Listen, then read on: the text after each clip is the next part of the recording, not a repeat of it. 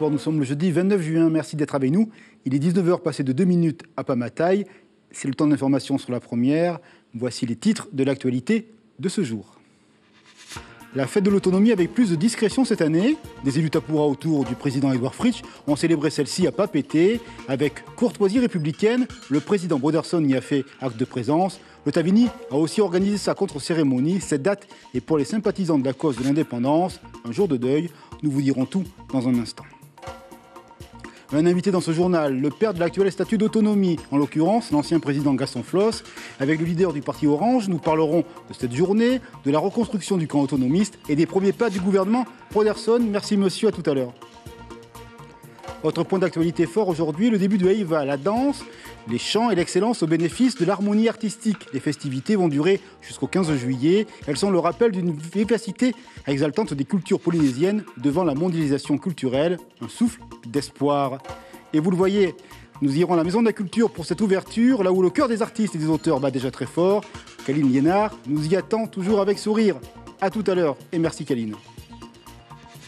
3 jours de compétition intense à Maïna. Les championnats de Polynésie de Wingfoil réunissent les meilleurs de la discipline, du vent, des images et des compétitions qui promettent. Aujourd'hui, c'était l'épreuve du slalom. Déjà de belles et bonnes sensations à découvrir à la fin de cette présente édition.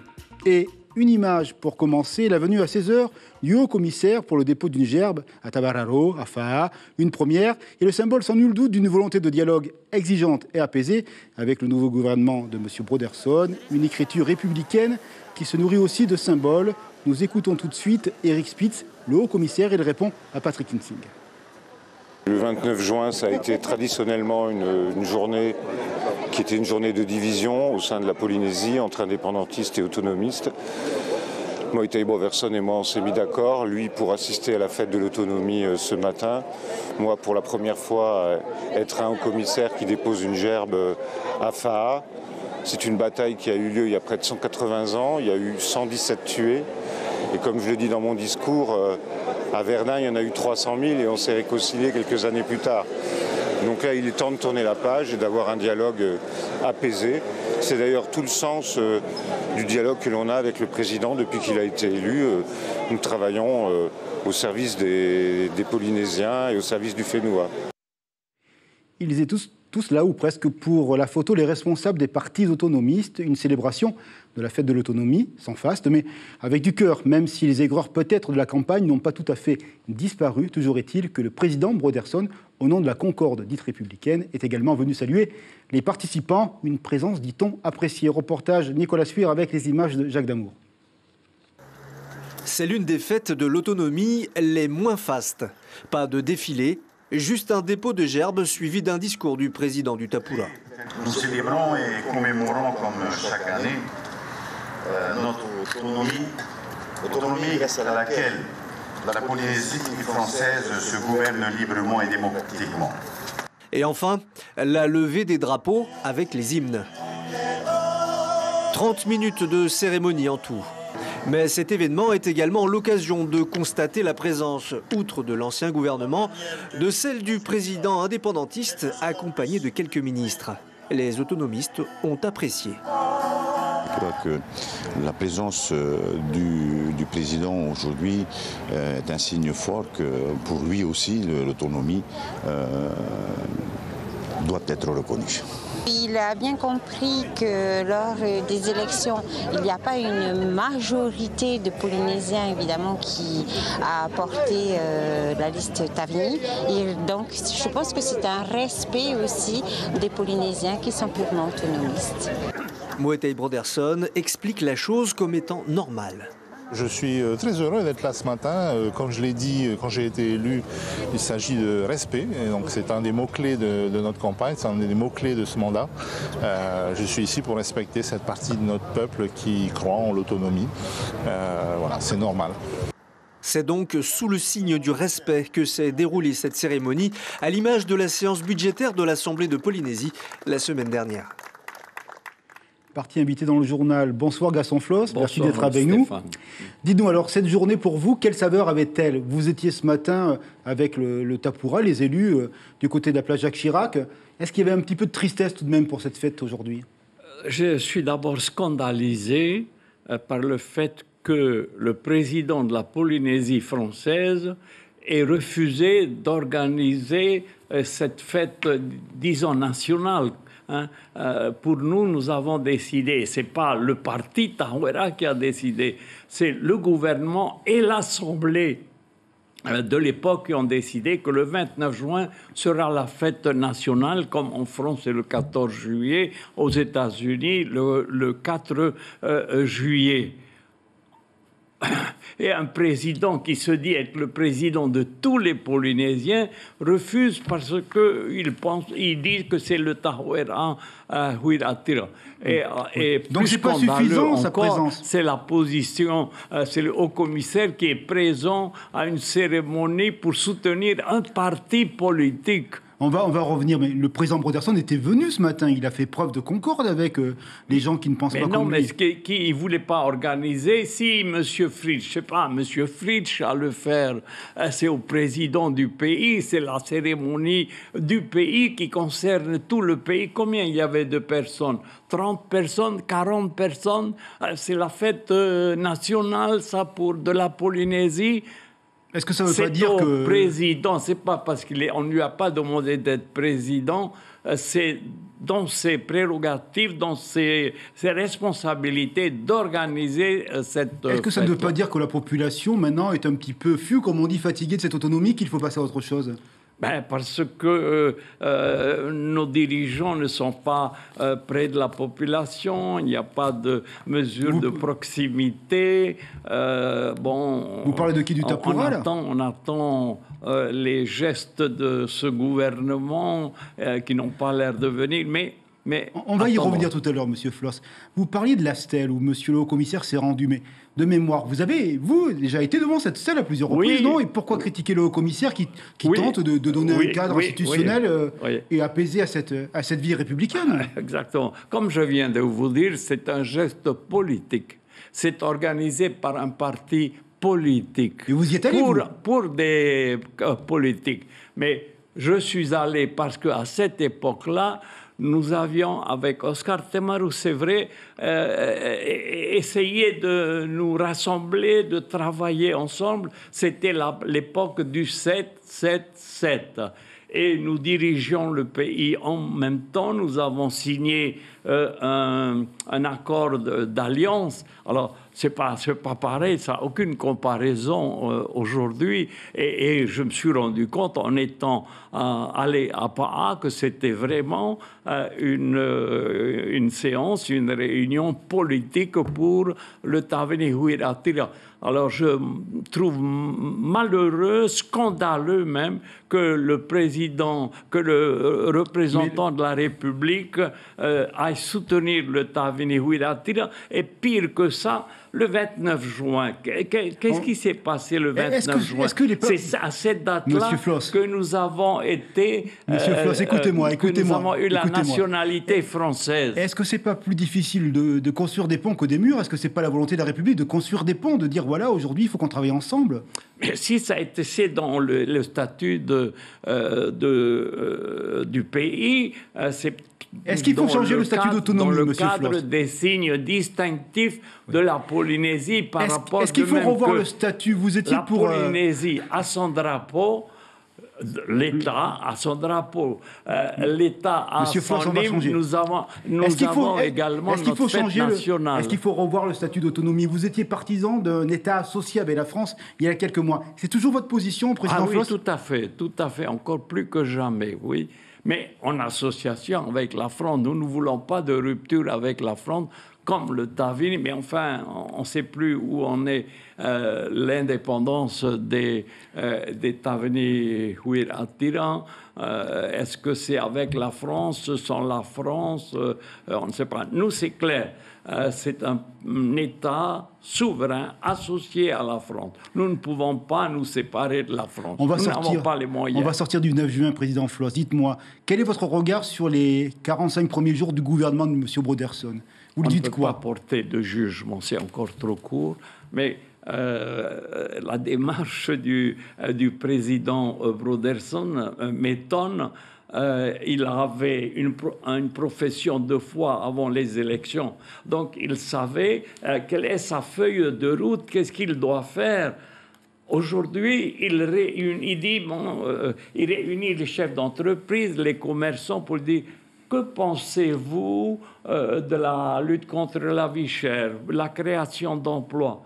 Mais c'est à lui, selon sa profession de foi, à dire aux chefs d'entreprise, voici ma profession, voici mes mesures pour créer l'emploi, voici mes mesures pour lutter contre la vie chère. Non. Et qu'est-ce que vous auriez fait? Vous supprimez la TVA sociale, mais on nous dit peut-être que les commerçants vont pas répercuter la suppression de la TVA sociale. Quel est le moyen pour que les gens retrouvent ce pouvoir d'achat? Évidemment, il faut relire la profession de foi du Amouy Taïra. Première mesure, on demande à tous les commerçants de déclarer leur prix d'aujourd'hui. Deuxième mesure, on supprime la TVA sociale. Et en même temps, on crée de nouveaux impôts pour remplacer cela. Et à ce moment-là, la TVA sociale étant supprimée, on verra si les commerçants ont baissé leur prix puisqu'ils avaient bloqué au niveau d'aujourd'hui. On aurait vu à ce moment-là et puis continuer l'opération avec les taxes du pays à l'entrée en Polynésie de la marchandise importée et puis surtout voir la marge bénéficiaire des commerçants. Je crois que c'est là le mal. Un dernier mot. Est-ce que vous êtes inquiet pour l'avenir du pays, pour la réalité quotidienne des Polynésiens, des habitants de ce territoire? Est-ce que vous avez beaucoup d'inquiétudes ou est-ce que vous êtes confiant? Non, parce que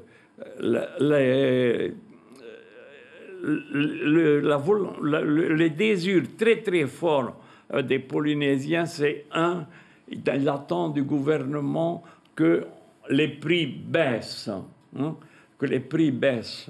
Ça, c'est la première chose de tous les jours, c'est le quotidien. Deuxièmement, les 53 000 chômeurs demandent la création d'emplois.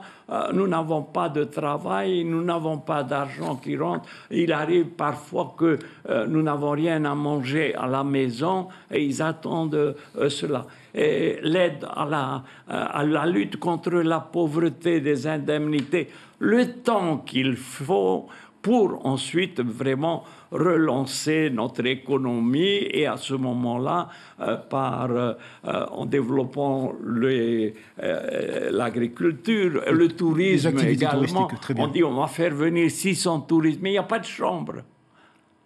Il n'y a rien pour les accueillir. Comment on fait? Merci beaucoup d'avoir été invité. On vous réinvitera pour avoir votre regard de leader politique. Merci Monsieur Floss, et bonne journée de l'autonomie. Merci. Un préavis de grève pour le 4 juillet pour la compagnie Air Tahiti Nui, en cause les salaires et l'organisation de travail des personnels navigants commerciaux. Le dépôt de ce préavis oblige à un dialogue entre la direction et les syndicats signataires. Ils sont 2. Il a commencé ce matin. La direction s'apprête à faire des propositions dès demain matin. Une affaire à suivre dans nos éditions radio et télé, évidemment, de ce vendredi. À la Maison de la Culture, le Haïva débute ce soir une passion pour la culture polynésienne qui mobilise et de l'énergie, une foule d'artistes passionnés et très engagés. Une manière de dérouler le fil d'une histoire qui se transmet des murmures de l'enfance au pas de danse des adultes. Pour accompagner toutes ces festivités, il y a un village qui a été monté, à visiter. Donc, on verra les images tout à l'heure. Le Haïva, c'est le rendez-vous de l'excellence et des harmonies. Voici les images. Un point de lumière vivante dans une mondialisation culturelle. Ce sera jusqu'au 15 juillet à la Maison de la Culture. Direct dans ce journal pour l'inauguration de la première soirée. Bonsoir Kaline Liénard, est-ce que vous nous entendez? Où en est-on de la ferveur à pas péter? Bonsoir Stéphane, eh bien vous le voyez derrière moi, les festivités du Haïva ont bien commencé avec le groupe Tamari no Tiperui qui se produit actuellement sur scène, donc dans la catégorie chant, avec un thème cette année sur l'amour et ce lien qui unit deux êtres et que la mort ne peut pas séparer. Et donc ils ont bien entamer les festivités du Haïva, ce groupe de chant. Mais avant cela, nous avons eu droit à une cérémonie d'ouverture qui a débuté à 18h avec la présentation des membres qui composent le jury cette année, un jury présidé par Ma Zingerle. Elle est experte en chant traditionnel et puis elle est également chef d'un groupe de chant qui a déjà remporté des prix ici au Heiba. Alors cette cérémonie d'ouverture avec les membres du jury s'est poursuivie avec la cérémonie du Rahiri. Alors le Rahiri, c'est quoi? Eh bien, ce sont tous les chefs de groupe de chant et de danse qui se retrouvent sur la scène qui est donc derrière moi, habillés de blanc et avec des feuilles de bananier, pour symboliser cet engagement mutuel qu'ils prennent les uns envers les autres de se respecter jusqu'à la fin du concours. Alors le Heiva Itaiti 142e édition, c'est 22 groupes qui concourent cette année, 12 dans la catégorie chant et 10 dans la catégorie donc danse, en sachant bien que les groupes qui se présentent dans la catégorie danse ont deux catégories, la catégorie Hura Avatau, donc les amateurs, et la catégorie Hura Tau, les professionnels, et que ceux qui remporteront la catégorie Hura Avatau pourront donc se présenter l'année prochaine dans la catégorie des professionnels. Le Heiva Itaiti 142e édition, c'est jusqu'au 15 juillet, et après Tamar Itiperui, nous aurons droit au chant de Tamar Itehupo, suivi de du groupe de danse au Tahiti. Merci beaucoup, avec de belles images, place Toata, rendez-vous jusqu'au 15 juillet, et ça promet véritablement de belles soirées. Ataha, la culture du corps n'est point avare de symboles. Le tatouage, comme expression personnelle et encre du temps, dans l'inscription d'une mémoire partagée, tient un salon entre les artistes qui sont détenteurs d'un incroyable savoir-faire et les citoyens clients. Il y a une complicité heureuse dans la célébration de l'identité. D'ici, du Fénois, Itimanaki est sur place pour ce reportage.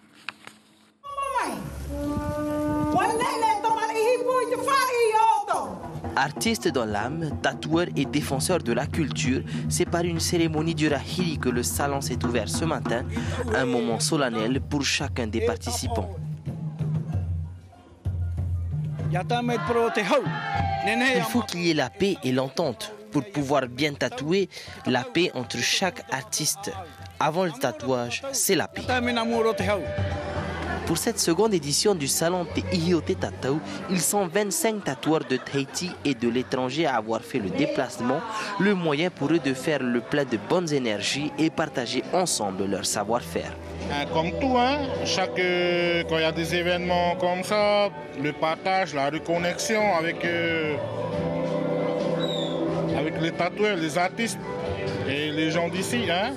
Et les artistes de Taha. Alors pour la deuxième édition, étonnamment, c'était plus difficile que la première édition à mettre en place parce qu'on voulait mettre plus d'artistes, plus de choses pour tout le monde, pour faire vivre Taha. Et l'idée de base, c'est vraiment venu d'en faire découvrir Taha différemment parce que la culture est forte à Taha, on a des marais, on a des personnes vraiment fortes ici au niveau du Mana. Et pour moi, c'était très important de recentrer en fait l'île de Taha pour la culture. Du côté de la population, c'est désormais un rendez-vous très attendu, surtout pour les adeptes du tatouage. De nouvelles choses par rapport à l'année dernière, parce que là, cette année, il y a plus de tatoueurs, donc beaucoup plus de découvertes. J'étais là à la première édition et on participe encore à la deuxième édition. Je trouve ça magnifique. Pourquoi? Parce que ça permet aux Raroumate de pouvoir découvrir les artistes de la Polynésie. Leur art, leur manière de faire, le tatouage qui est notre marquage à nous.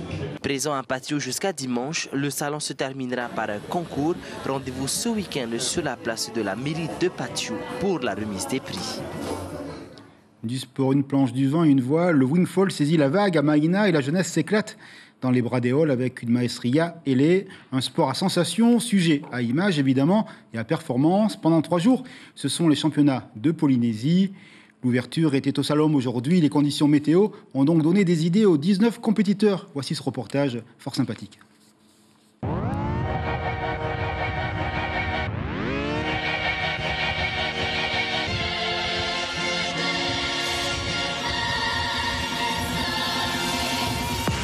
Ils glissent sur l'eau, aussi à l'aise que des mararas. Sur cette manche d'essai, pas de surprise. Le champion en titre, Manouté Amonier, a sorti son épingle du jeu.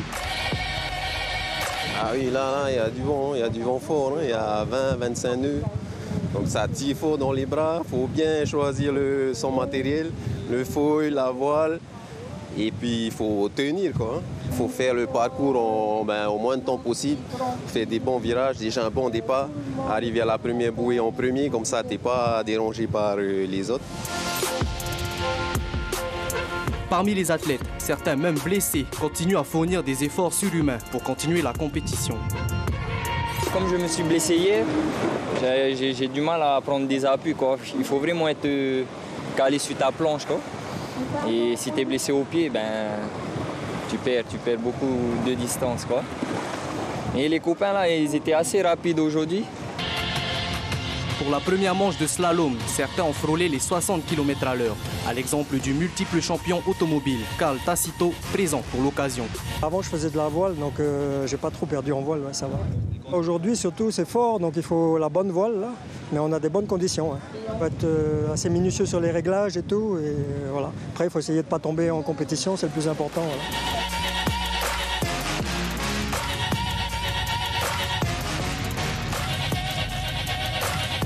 Demain sera une autre paire de manches avec une remontée au vent depuis Hitimahana, une épreuve redoutée mais qui ne découragera pas les riders passionnés de glisse. Eh bien, soyez présents, ça dure pendant 3 jours du côté de Maïna. C'est quasiment la fin de ce journal. Voici l'information principale de la journée qu'on vous répète. Cet après-midi, le haut-commissaire a déposé une gerbe devant la selle Tabaralo à Faha. L'idée du dialogue et de la co-construction en exergue est en fait une fête de l'autonomie sans le face d'antan, mais placée sous le signe de la concorde républicaine. Le président Motaï Broderson, ce matin, lui, est passé saluer les élus autonomistes réunis à Papeete autour d'Edouard Frisch pour une petite célébration liée à ce jour particulier ici en Polynésie. On va s'intéresser au programme de la soirée. Avec cette soirée de jour férié, comme d'habitude, on va aller voir le Aiva Tahiti, de la musique, de la culture. Vous connaissez le rendez-vous et après, une série que vous aimez, Queen Sugar, juste après ce rendez-vous musical. On va s'intéresser à Tahiti Info, qui évidemment, vous allez le voir avec sa une, revient sur le 29 juin avec ce titre, un 29 juin de réconciliation, photo symbolique entre le haut-commissaire et le président Broderson. Voilà donc pour ce journal. Demain matin, Réveil Radio pour l'information avec Carlos et Axel Mézinel. Merci de votre fidélité. On termine évidemment ce journal avec les images de Aiva de l'an dernier et d'équipe. Le groupe qui avait gagné, Aïe Tahiti, des images d'un professionnalisme avéré. Belle soirée, à demain soir pour le journal 19h.